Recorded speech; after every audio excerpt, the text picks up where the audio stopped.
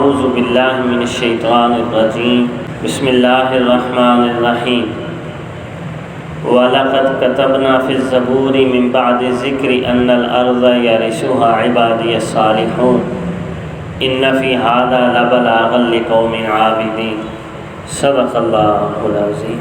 محترم معزز سامعین، 7 اکتوبر کو اسرائیل نے فلسطین کے اوپر جو ظلم و بربریت کے پہاڑ توڑے ہیں اس کا 1 سال مکمل ہو گیا۔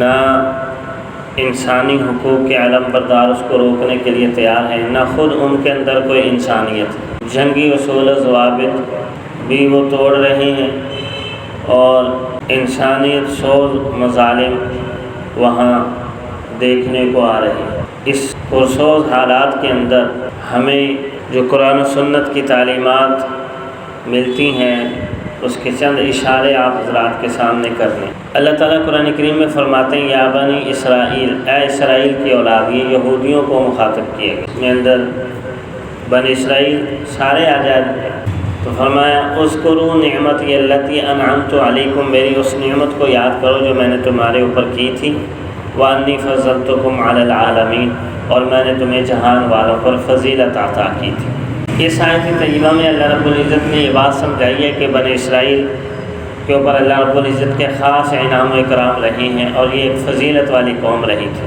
لیکن اب ان کی فضیلت چھیننے کا وقت آ گیا۔ کیا آ گیا؟ اب یہ فضیلت اور مرتبہ ان سے چھین لیا جائے۔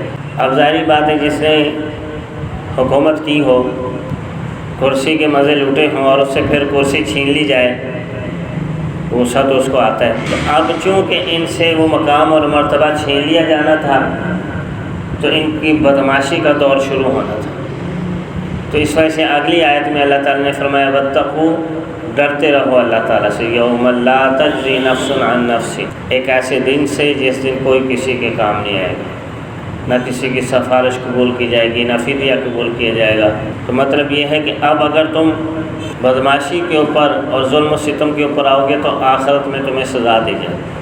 تمہیں فضیلت جن تمہاری بدعمالیوں کی وجہ سے چھین لی گئی ہے، اگر ان بدعملیوں سے ڈٹے رہے تو اس کی سزا آپ بھگتو گے، اور اگر توبہ کر لی تو وہ فضیلت تمہیں دوبارہ حاصل ہو جائے۔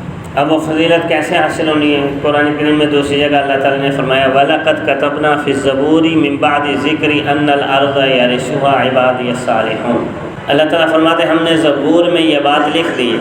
وعظ و نصیحت کے بعد اللہ تعالیٰ فرماتے ہیں زبور کے اندر ہمارا یہ فیصلہ لکھا ہوا ہے أَنَّ الْأَرْضَ يَرِثُهَا، کہ زمین کے وارث عبادی الصالحون، میرے نیک بندے ہوں۔ تو مطلب یہ ہے کہ صالح بنو تو زمین کی وراثت تمہیں مل جائے گی۔ یہ کہتے ہیں اسرائیل کے اوپر ہمارا حق ہے، تمہارے باپ کی جائیداد ہے جو تمہارا حق ہے، تو تمہیں فضیلت دی گئی تھی صالحیت کی بنا پر، انبیاء کے پیروکار ہونے کی وجہ سے۔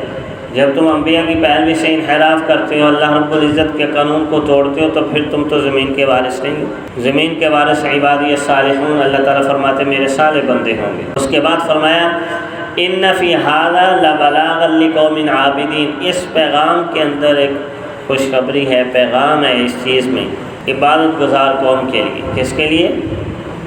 عبادت گزار قوم کے لیے ایک پیغام ہے جو اللہ تعالیٰ فرما رہے میرے بندے صالح بندے زمین کے وارث ہوں گے۔ تو ہمیں اس چیز کے اندر ایک پیغام ہے عبادت گزار قوم کے لیے۔ تو مطلب یہ ہے کہ اگر تم زمین کے وارث بننا چاہتے ہو تو عبادت کرو، صالح بنو، اللہ کے احکامات کی اطاعت کرو، تو زمین کے وارث تم بنا دیے۔ اس کے بعد اگلی آیت کے اندر ہے وَمَا أَرْسَلْنَاكَ إِلَّا رَحْمَةً لِّلْعَالَمِينَ، اے پیغمبر ہم نے آپ کو دنیا کے اندر تمام جہانوں کے لیے رحمت بنا کر بھیجا۔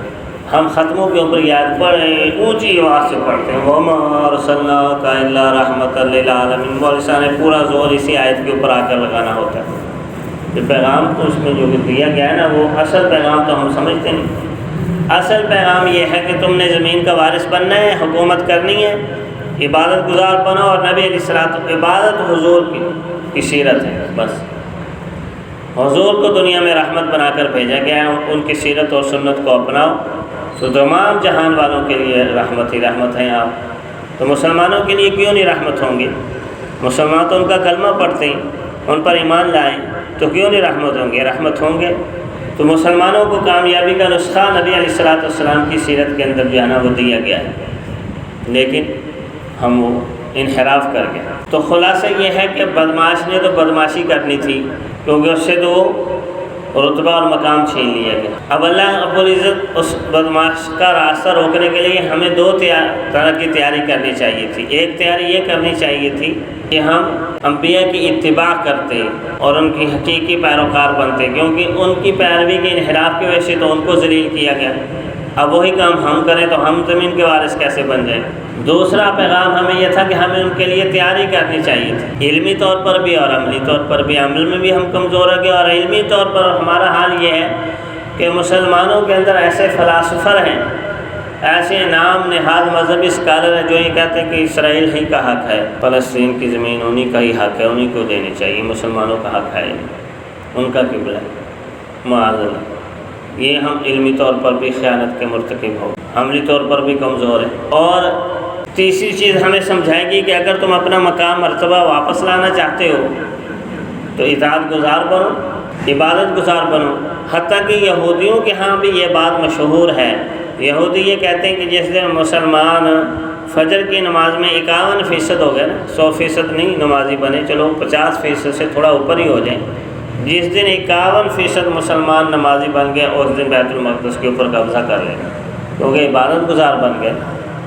اور جس دن عبادت گزار بنیں گے تو اللہ کا تو وعدہ ہے میرے سارے بندے زمین کے وارث ہیں، اور اللہ تعالیٰ فرما رہے میرے اس بات کے اندر پیغام ہے عبادت گزار قوم کے۔ تو پیغام کیا ہے کہ عبادت کرو، اور ساتھ خوشخبری بھی ہے، کرو گے تو اللہ تعالیٰ آخرت میں تو جو نفع ملنا ہی ملنا ہے، دنیا کے اندر بھی اللہ رب العزت جو ہے نا نفع سے سرفراز فرمائے۔